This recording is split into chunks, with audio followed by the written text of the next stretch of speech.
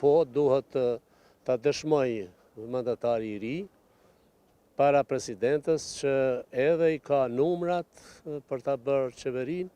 edhe e ka kabinetin e caktuar pra qeverisës,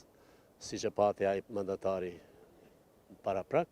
dhe në afatin e caktuar, afati është I fundit, do më thënë duke kaluar, brenda këtij afati duhet të dëshmoj që I ka,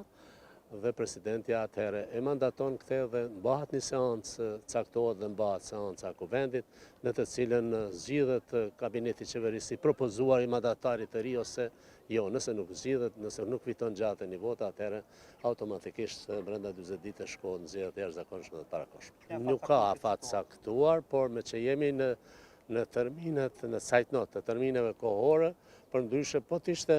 fillimi I afatit të dytë, do me thanë 10 plus 15, do t'kishte 2 javë ditë, por tani jemi në përfundim të afatit dhe do duhet qërëzuar çdo orë, në mënyrë që të konstituohet pas mandatimi gjithnjë të presidentës, që është obligim I saj, të bindet nga mandatari I ri që edhe ka kabinetin qeverisës, edhe ka numra të siguruar me nënshkrimin 61 deputet që mund ta votojnë këtë kabinet qeverisës. Po rruga më duhur, thash, është momenti I fundit që të kemi një qeveri të re. Tani kemi një mandatar që për të gjithë subjektet politike është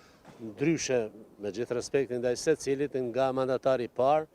dukshëm më bashkëpunues, më tolerant, atë e ka dëshmuar edhe në të themi legjislaturën e 8, duke qenë kryetari I kuvendit, edhe është njeri që mund të merresh vesh lehtazi me te,